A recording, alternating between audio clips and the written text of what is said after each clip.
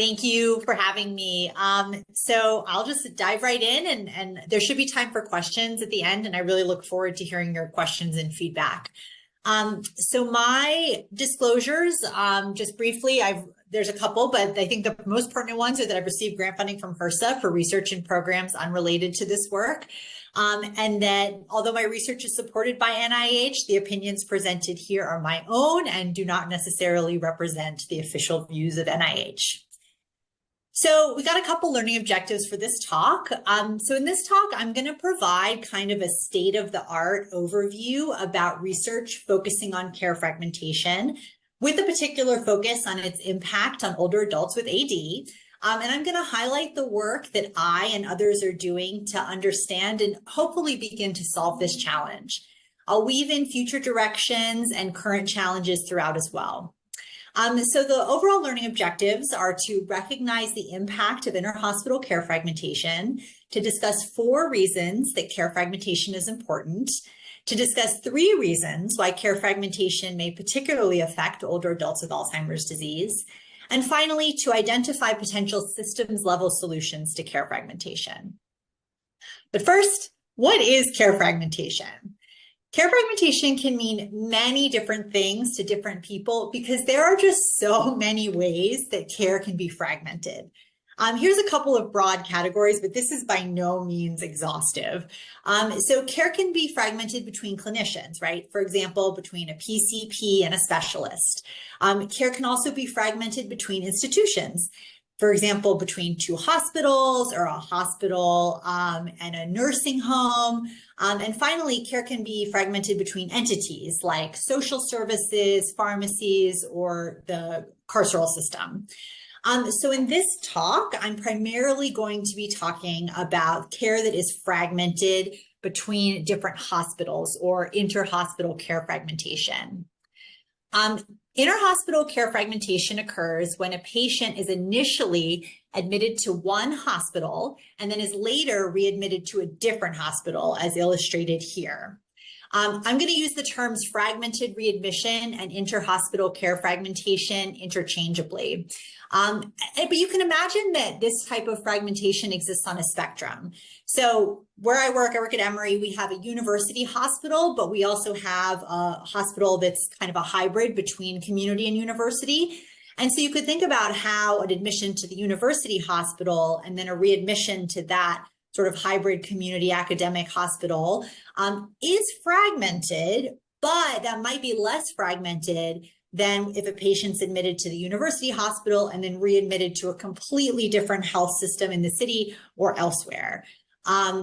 So just want to highlight that we'll kind of come back to that, but this is not sort of a black and white situation. It really does exist on a spectrum. So my interest in this topic in interhospital care fragmentation started when I was an internal medicine resident here at Emory. I would see the same patients at our county hospital or the university hospital, and sometimes even at the VA. And I was wondering if anybody was tracking these patients as they moved through these different locations of care, and if anybody was studying how this type of care impacted patients. The impact of fragmented care was really driven home for me, however, when my family felt its effects. So this is my paternal grandfather, who we called Pear. He taught me that I can do anything I put my mind to. He lived an amazing, accomplished life. Unfortunately, he passed away in 2019 at the age of 92.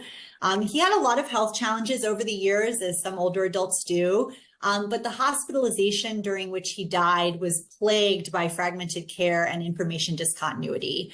Like many older adults, he was a snowbird. He spent half the year in Virginia Beach and half the year in Florida.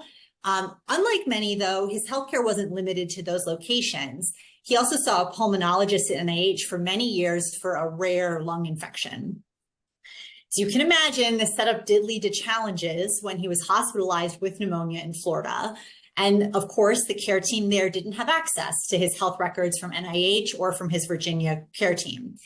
While my family was able to eventually get his Florida care team, his health records and contact information for his other physicians, he unfortunately developed complications of pneumonia and hospitalization, and he passed away.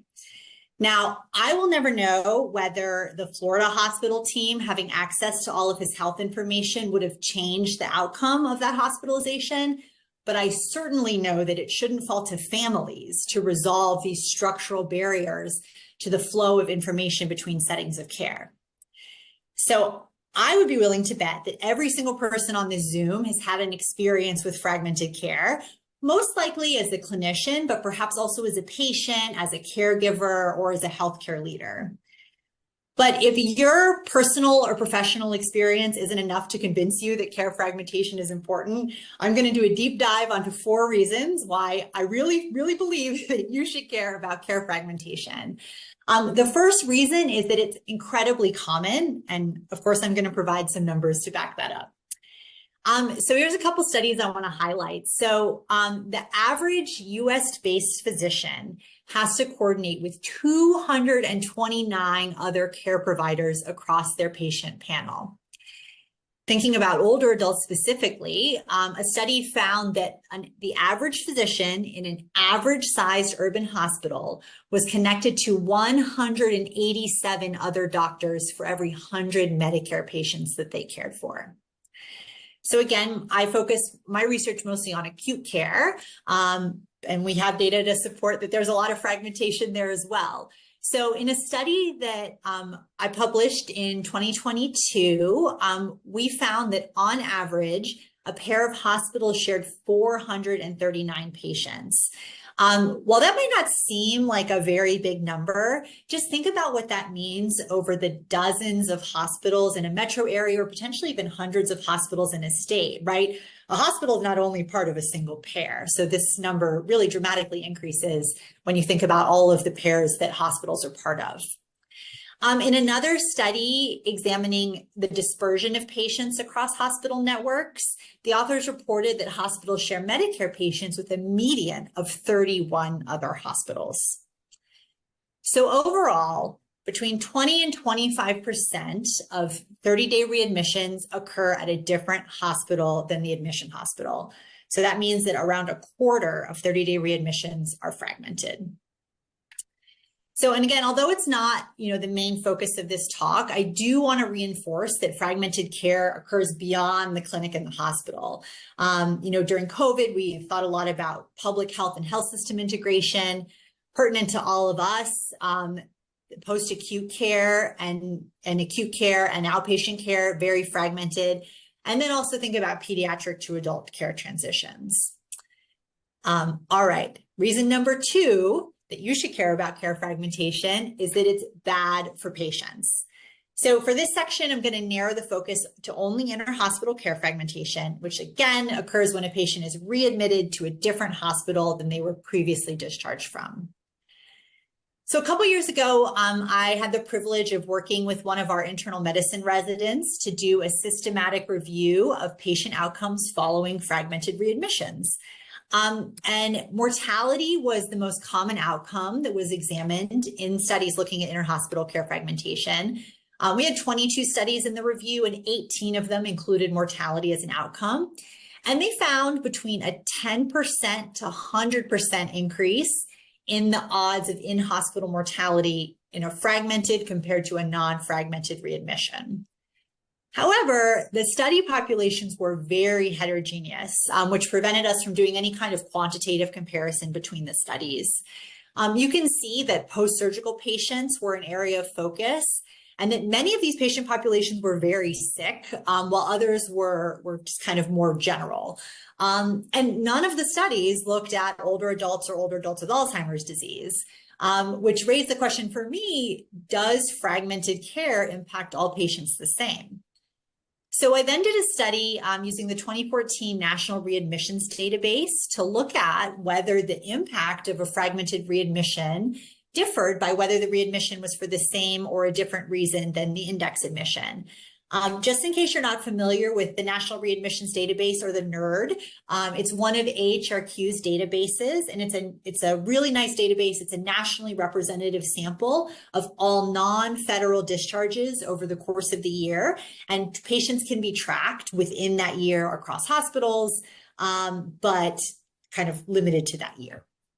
So overall, we found higher odds of dying during a fragmented readmission, but that the odds of dying during the readmission were similar, whether the patient was readmitted for the same reason as the initial admission or a different reason. We also looked at specific diagnoses. So among patients with an index admission for CHF, the odds of dying during the readmission were notably higher than if they were admitted for a different reason, or than if they were readmitted for CHF.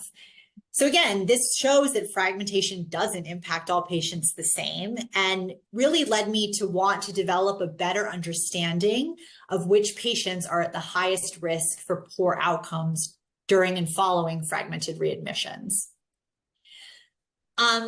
So in the systematic review, several studies also looked at post-discharge mortality, and found, between around a 10% to 3 times higher odds of dying after that fragmented readmission. Again, really heterogeneous. Some studies looked really far out, like even up to 8 or 9 years following the readmission, which was kind of interesting.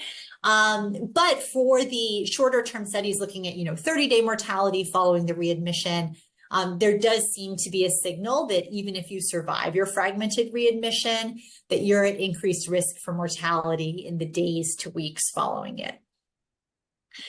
So what about older adults and older adults with AD? That's why we're here. A major focus of my current work is examining the impact of fragmented readmissions on older adults.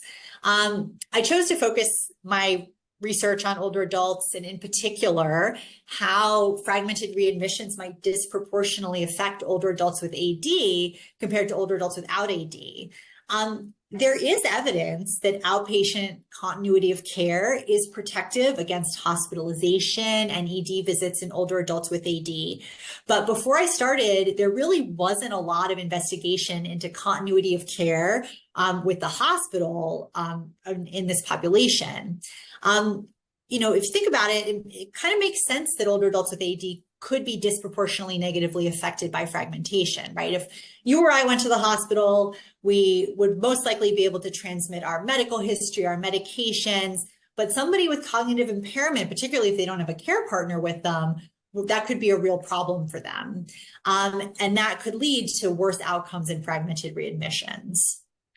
Another issue that is specific to older adults, broadly in older adults with AD, in terms of care fragmentation, is advanced care planning. One study reported that 60% of patients had completed some kind of advanced care planning, but only 13% of patients had that information accessible in the electronic health record when they went to the emergency department. And that percentage is going to be a lot lower if they go to a different hospital that doesn't even share an EHR, a different hospital than they usually receive care at.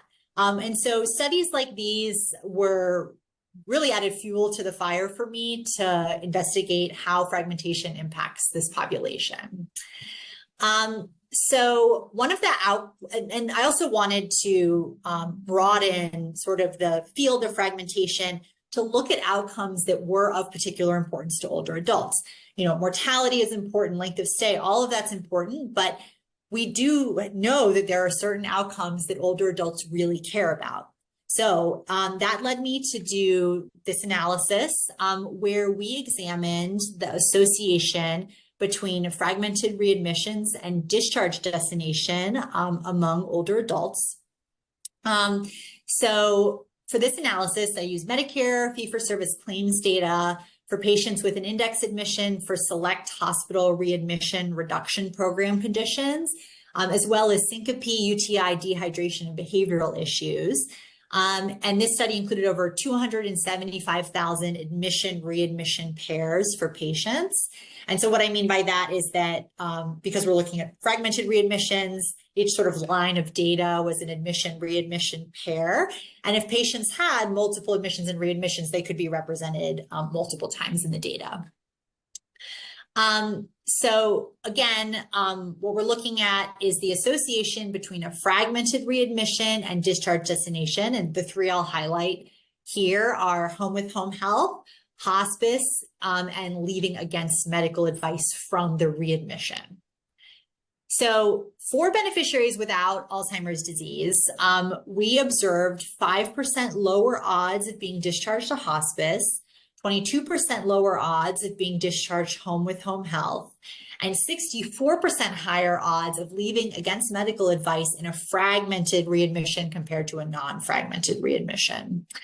And I would argue that probably most of these are not necessarily in line with most patients' wishes, right? People generally don't want to leave AMA. A lot of people would rather go home with home health than to post-acute care. So one of the major issues with fragmented readmissions is that fragmentation of information. If you don't have access to a patient's advanced directive or information about their functional baseline, that might really impact your discharge planning. And so we hypothesized that that might have been the driver of some of these possible outcomes related to negative or to imperfect care coordination during readmission. The impact of on leaving AMA is really interesting to me, and it's something that we observed in previous studies. So this is my study where we looked at readmissions for the same or a different reason, and we found that patients who had a fragmented readmission were more than twice as likely to have left against medical advice from their initial admission. Leaving AMA is not good for patients. It's associated with increased risks of subsequent readmissions. But I think it makes sense that patients who leave AMA are more likely to have fragmented readmissions. If you think about it, if you're unhappy with the care you're receiving, you're probably going to go somewhere else the next time you need care. And this touches on a really important challenge of this work that I want to highlight, which is discerning kind of appropriate from inappropriate care fragmentation. We don't really have a good way yet to define that and to measure it. There's really a lack of qualitative studies around this, and I think that this is a real opportunity sort of for the care fragmentation field to explore in the future. Okay. So in our systematic review, we also had 6 studies that included length of stay as an outcome. Again, a lot of heterogeneity with how the studies measured and compared length of stay, but about half of the studies found an increased length of stay, and it ranged from a quarter of a day to a full day, longer in fragmented compared to non-fragmented readmissions. And then in our study where we looked at fragmented readmissions for the same versus a different reason, as the index admission, we also found an increase of up to about a half a day longer length of stay. And again, this might not seem like a ton, but I don't know about you guys, but my health system puts a lot of pressure on us to get patients out by noon. They really don't like it when patients are there all day waiting to be discharged. And, a half a day length of stay could be the difference between that discharge that makes your boss happy and that discharge that doesn't. So, I think some signal here, but definitely deserves more investigation. Okay. Reason number 3 that you should care about care fragmentation is that it's bad for the healthcare system. The majority of research on fragmentation is really focused on the patient, right? How many hospitals or providers they access, what are the patient outcomes? And this is, of course, incredibly important, but as a health services researcher, I'm also very interested in how fragmented care impacts the health system more broadly. So I'll focus on a few specific outcomes that I and others have investigated. The first is higher costs. So do fragmented readmissions cost more? Interestingly, in the systematic review, studies found the full range of outcomes, from fragmented readmissions actually being cheaper than non-fragmented readmissions, to there being no difference, to a modest increase of between $300 and $1,000 increase in cost in a fragmented readmission.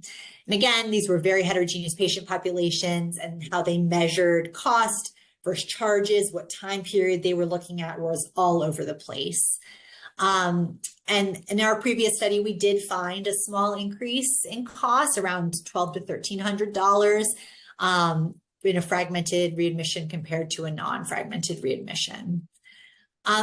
One reason that I hypothesized that fragmented readmissions are likely associated with increased costs is low value care and waste, particularly repeat labs and imaging, which has also been investigated for its association with care fragmentation broadly. This area is definitely more nascent, but I think it's going to lead to really exciting, actionable, and hopefully results that really improve patient care. This is a classic article by Berwick and Hackbarth from JAMA now 12 years ago, which describes categories of U.S. healthcare waste. And they identify 6 categories. In my mind, fragmented care can impact 4 of them. So a patient with fragmented care may not get the care they need, leading to failures of care delivery. That care may be delayed, leading to failure of care coordination. Tests or imaging may be repeated, which can lead to overtreatment. And I don't have to tell you all that anytime care is shared between different providers, different locations of care, that additional administrative complexity is added. So thinking specifically about duplicate radiology procedures, this is one area that is related to waste and low value care, where the impact of fragmentation has been investigated. So these are 2 example papers I want to highlight. The first looked at outpatient care fragmentation, and it found that patients with increased outpatient fragmentation had 2 times as many radiology tests as those who had less outpatient fragmentation. Another sample paper looked at head CTs following CVAs in geographic areas with more or less fragmented care. And they found that patients in the highest fragmented care areas had 77% increased odds of getting that repeat head CT compared to patients from areas with the least amount of fragmented care. So of course, we looked at this in older adults. So using kind of a similar cohort to the previous paper that I described, Medicare fee-for-service beneficiaries with an index admission for a hospital readmission reduction program and select other conditions. What we did was we identified patients who had an imaging study during their initial hospitalization, and then we looked at whether a fragmented readmission within 30 days was associated with having another imaging test done on the same body part. And so what we found was about a 5% increase in the odds of repeat imaging on the same body system in fragmented versus non-fragmented readmissions. And, not as huge of a number as the other studies I shared, but again, just trying to build that evidence that fragmentation of care does impact older adults and that it might be a source of waste and potentially, things like longer length of stay in this population as well. And in this study, we really didn't see a difference between older adults with and without Alzheimer's disease, which I thought was an interesting finding. Okay. Yeah, 5%. Okay, so fragmented readmissions are also associated with increased subsequent readmissions. So if you're having a fragmented readmission, you've already been admitted, you're being readmitted, and now we're talking about future readmissions. And this is very consistently associated with fragmented readmissions. In our review, the odds range from 20% to 2 times higher increase of a subsequent readmission. And again, this is very relevant for our older adults. People want to stay out of the hospital. We know how much hospitalizations can negatively impact our patients. And so acknowledging that first fragmented readmission can set you up for future readmissions is critically important. And I think could eventually potentially serve as an intervention point to prevent future readmissions. Okay. I don't want this presentation to be all doom and gloom and all numbers. So the final reason that you should care about care fragmentation is that it might have solutions. A lot of my current work is focused on potential solutions. And so I do want to acknowledge that just the way our healthcare system is, we're not going to be able to eliminate fragmentation completely, but we already have tools to mitigate it. And so first, thinking about kind of upstream risk factors for fragmented readmissions. And so there's two I'm going to talk about. The first is ambulance transport to the hospital. So, the idea of looking at these upstream risk factors is that, again, these could serve as intervention targets, probably not always at the patient level, but more of a kind of a system level intervention. So in this study, we looked at the association between taking an ambulance to the readmission and having a fragmented readmission. Again, this is using Medicare fee-for-service claims data, and this study included over 1 million 30-day readmissions among these beneficiaries, and nearly half of them had an ambulance transport to their readmission. And what we found was that taking an ambulance to the readmission was associated with a 38% increase in the odds of a fragmented readmission.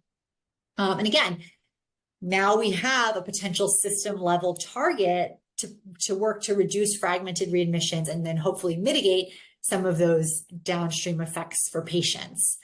I did make these slides before a recent article was published that I also wanted to mention because it does also examine a kind of pre-hospital risk factor. So with that being readmitted from a nursing facility. So for that study, we again use Medicare fee-for-service data, and we kind of combined we combined SNFs and nursing homes into kind of one pool. And this actually specifically focused on older adults with AD and without to kind of separate and see if there was any difference there. But interestingly, for both groups, we found a nearly 20% increase in the odds of a fragmented readmission if that readmission is originating in a nursing facility, and there was no difference between older adults with and without AD in those odds. So again, I think that this raises a whole set of other questions, like how do post-acute care locations think about fragmented care? Do they understand or even know, that these types of readmissions can be really bad for patients, can set them up for future readmissions, can make them stay in the hospital longer? And so I'm excited to see where this leads over the next couple of years. So the other major focus of my research is investigating whether health information technology tools can be leveraged to combat that information discontinuity that is present in fragmented readmissions. I'll share a brief story about one such potential tool, and then I will dive into the data, as I love to do. So in our clinic, when I'm with the internal medicine residents precepting in clinic, we are asked to use our downtime between staffing to address patient medication refill requests. And so a couple months ago, I was looking in a patient's chart to respond to one of these requests, just to kind of see, when her meds had last been filled, making sure they're still active. When I noticed that she had an ED visit to an outside ED, and that imaging of her spine had been completed, and the report showed a sclerotic bone lesion. I poked around a little bit more in her chart and realized that she actually had a history of breast cancer, and that this lesion had not been seen on any of her previous scans. So this prompted me to send a message to her care team, and she was actually able to see her radiation oncology nurse practitioner shortly thereafter, get linked back to care, and they were able to figure out what was going on. So this patient had fragmented care between my hospital, Grady, and another hospital's ED. But fortunately, thanks to a health information exchange and acknowledging my own biases to look and use that information within the HIE, the information from her ED visit was easily accessible to me, and I was able to act on it. So I love this quote from the National Academy of Medicine: connected care is the goal, disconnected care is the reality. And I'll add, our health information exchanges the solution. So health information exchanges are electronic systems that share health information across settings of care. And I really believe that they could be one potential solution to the information discontinuity that is present in fragmented care. As I've mentioned, I and others hypothesize that a major reason for these negative patient and health system outcomes that we see in fragmented care is due to a lack of information about what happened elsewhere, right? Like what happened during that previous admission, what happened at that other doctor's office. And HIEs can bridge this gap. So a lot of my current work is focused on the association between information sharing via HIEs and patient outcomes among older adults. So before I dive into kind of the findings, I want to talk briefly about how I've conceptualized the different types of information sharing that might exist in fragmented and non-fragmented readmissions. So again, non-fragmented readmission, you're admitted to one hospital, you come back to the same hospital. Even if you have a different group of people taking care of you when you come back, they should have full and relatively easy access to everything that happened during your first hospitalization.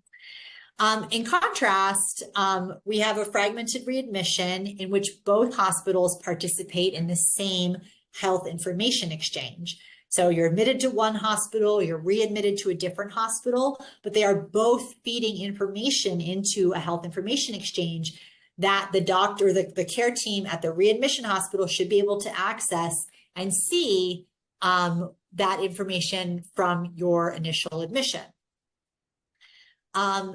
We also have a situation in which there's a fragmented readmission, and both hospitals participate in HIE, but it's not the same HIE.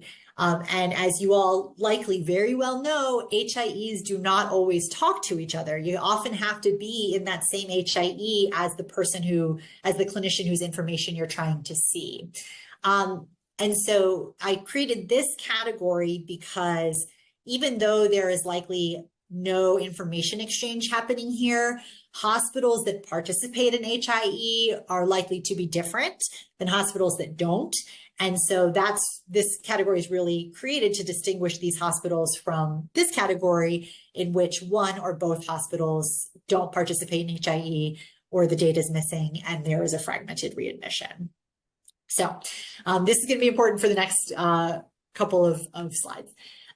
So again, I previously shared these results with you. This is the study of discharge destination following a fragmented readmission. And so again, we found that fragmented readmissions were associated with lower odds of going to hospice, going home with home health, and higher odds of leaving against medical advice.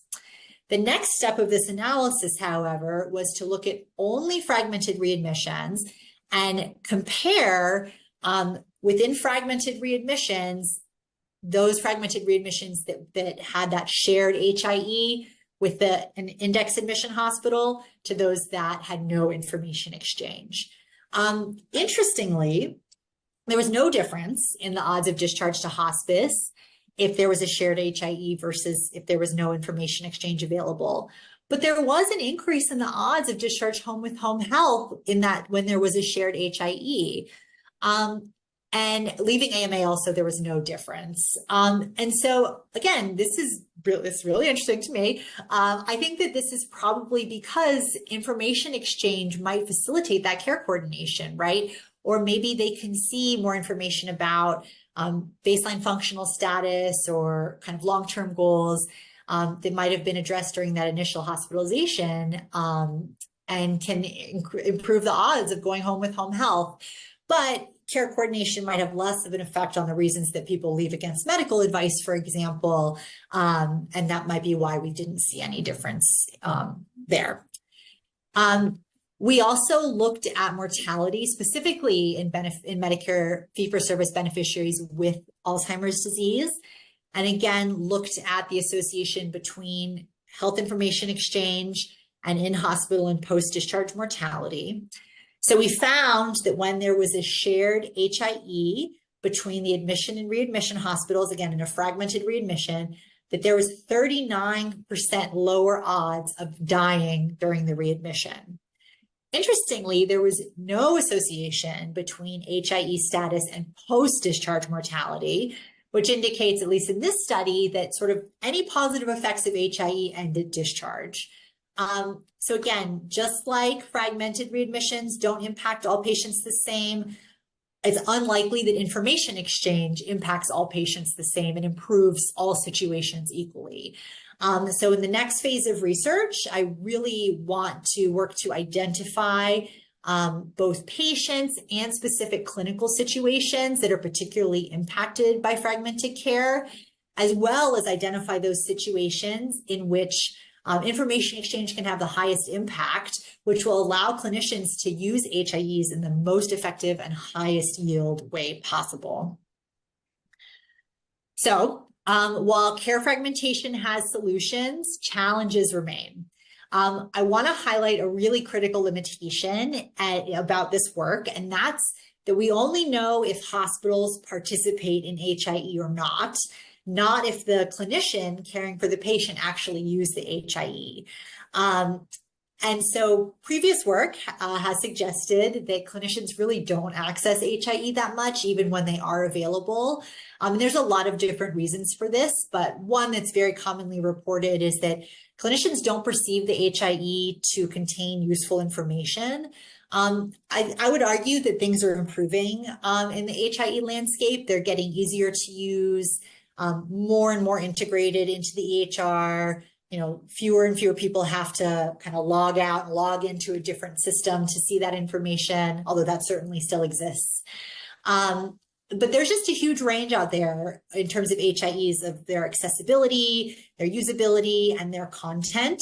And so one thing I'm actively working on is kind of getting that HIE log data so that we can move from HIE presence as the proxy for HIE use to actual HIE use being directly measured.